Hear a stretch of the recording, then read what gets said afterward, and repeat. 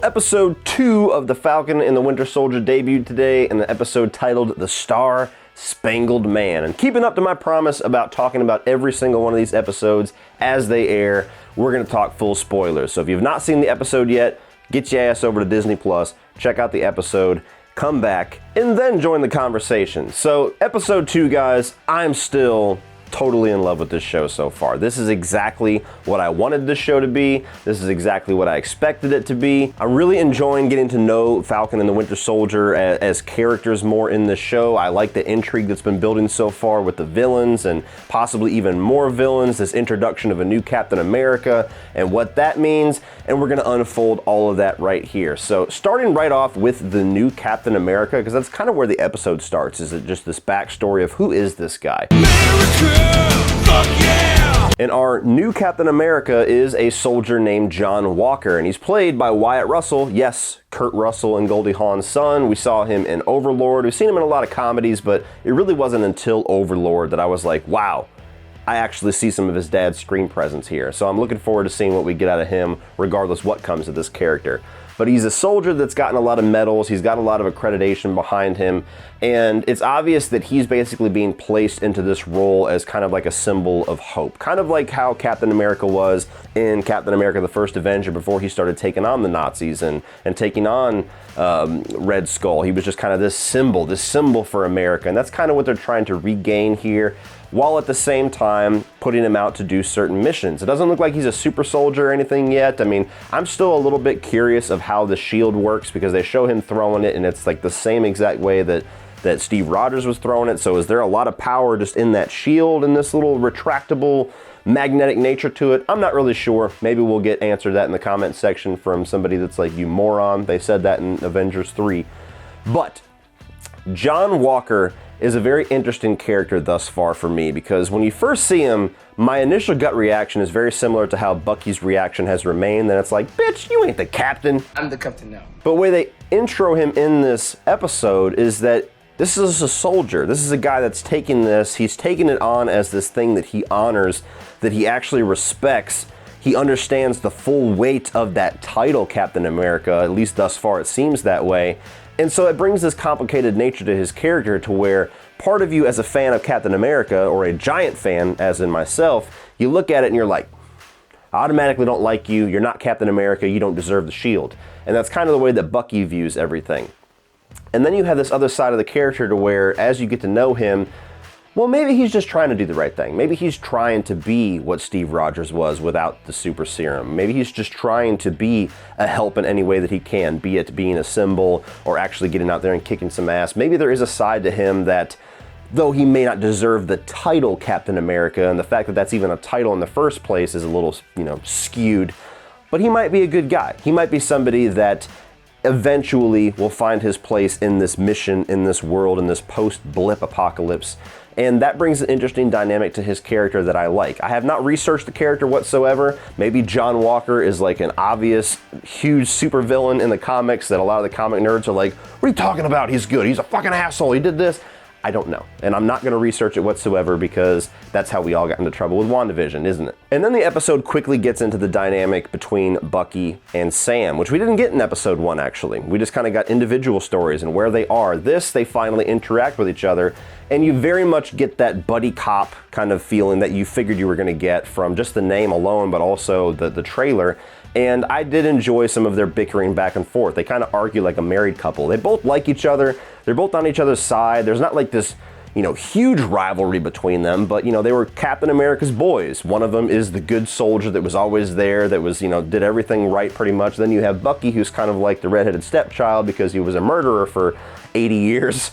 But they get along very well until they don't, and they have these little tit for tats about, well, we gotta fight because it's always aliens or androids or wizards, and they get into a little tiff about what's a wizard and is Doctor Strange a wizard, which when they first got into that conversation I was like, where is this going? But as throughout the episode it kind of became a bit of a charming way for them to get their frustrations out, all the way up to the little psychology session, the little therapy session where they have to like interlock knees, and there's this whole like total thing that, you know, guys don't want to get too close. It's just this weird thing that we have, and they have to interlock. They're like, oh yeah, we're close now, right? Yeah, we're close now, right? And also I like the fact that they explore a little bit more of what these two characters are going to be without Captain America. Are they going to be good little soldiers? Or are they going to go out and be a little bit more of, you know, mercenaries where they kind of don't follow the rules a little bit? And this episode does kind of raise that question. You know, Bucky at some point just wants to steal the shield back from John Walker, and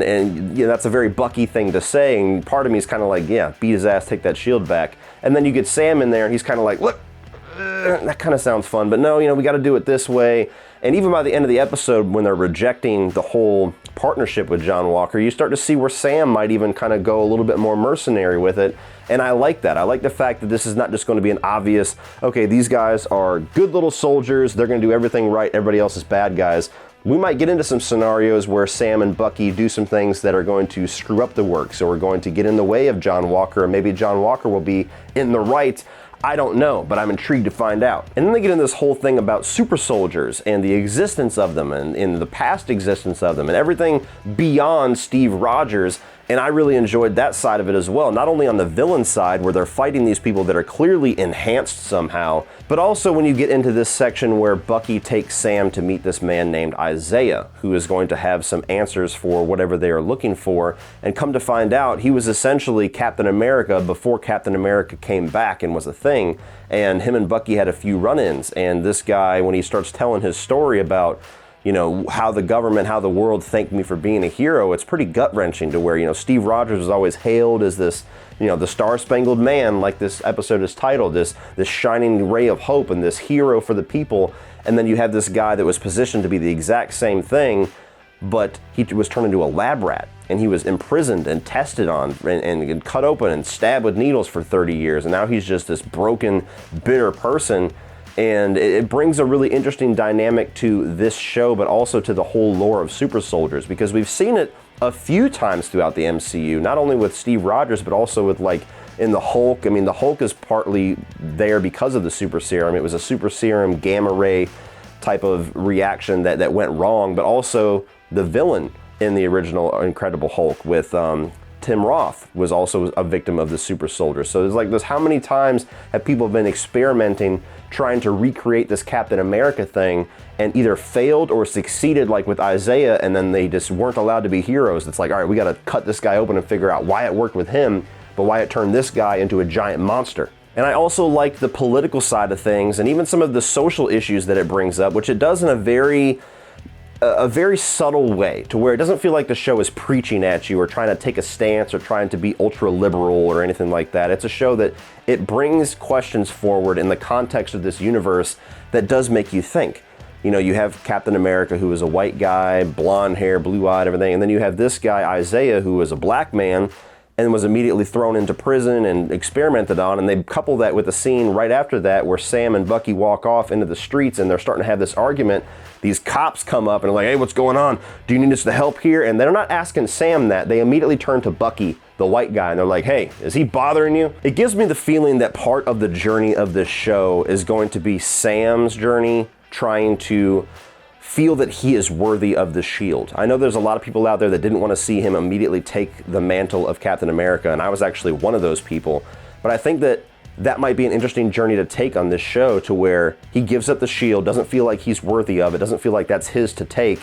Now we're going to see this guy, John Walker, what he might do with that mantle now that Sam has given it up. Plus he sees this black Captain America that was turned into a lab rat, and he's still getting, you know, these social injustices in the street, even though he's an Avenger. And all of these things might come into a really interesting plot and an interesting character study of who Sam is, who the Falcon is. And by the end of the show, we as audience members, as well as Sam as a character, might be ready for him to finally take the mantle of Captain America. And that would be an interesting journey to go on through this show, to where when he eventually shows up in a movie as Captain America, it feels earned. It doesn't just feel like, oh, we had to give it to him because the comics said so. No, it feels like that's Captain America now. And there's two different conflicts growing in the show right now that I'm really curious about. One of them is the more obvious one, which is the villains. What is their plot? There's obviously something going on to where they're trying to preserve something about the blip and before people came back. They didn't quite get into it enough for me to say definitively what their motive is, but clearly they're feeling stripped of something since everybody has come back post Avengers Endgame, and they're trying to regain that somehow. So I'm intrigued about what that is, what their injustice that they feel that they're fighting, and who these villains are, how they got these super serums, and I like their masks too. They remind me of that game Army of Two. Did you play that? I played that. But I also like this other brewing conflict to where you have two different Captain America factions. You have the Falcon and the Winter Soldier who were there, they were Avengers, they were with Captain America. And then you have John Walker and his guy, who is apparently a comic book character as well. And they are kind of doing the government's work now, much like how Steve Rogers and Sam the Falcon was back in the day, like with the Winter Soldier and before about halfway through Civil War. And they don't like each other. They want to work with each other. At least this, the side with John Walker wants to work with Falcon and wants to work with Winter Soldier, but it feels like it's not necessarily like a huge desire on his part. It's more like an obligatory thing. Like, me becoming Captain America is going to be served more if I have your blessing type of deal. Like, you're going to be there to help my advancement, so we should work with each other. And Sam and Bucky especially are just rejecting that all throughout the episode, all the way to the end where John Walker tells them, don't get in my way. And so I'm really curious on where that's going to go, because I'm already conflicted on John Walker as a character.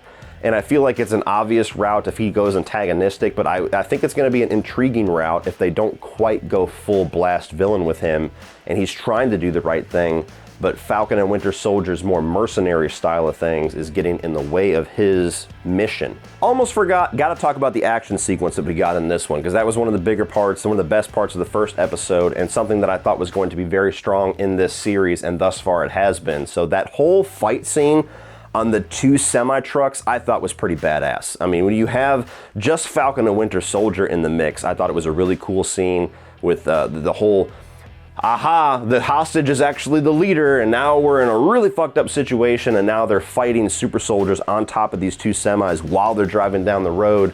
And I thought that was a really cool sequence. Then when you have John Walker and his boy drop down out of nowhere, then it was just a really cool, complicated scene, because are they going to work together? Are they going to work against each other? And how good is this John Walker guy going to be in a fight when you have two Avengers sitting over here and they're kind of getting their ass kicked? Is he even going to be a part of this fight, or is he going to get his ass whooped too? Or is he actually going to surprise some people with how much ass he kicks? I thought it was a really cool sequence. I'm really intrigued with everything that's going on in the show so far. Loved episode 2. Really nice follow-up from episode 1. I'm still intrigued. Was a little bit disappointed to find out in the comments section that this show is apparently only going to be 6 episodes. I said in the last episode we have 7 or 8 more to go, because I thought it was going to be the same length as WandaVision. It's going to be a little bit shorter, but thus far, I'm highly enjoying this show.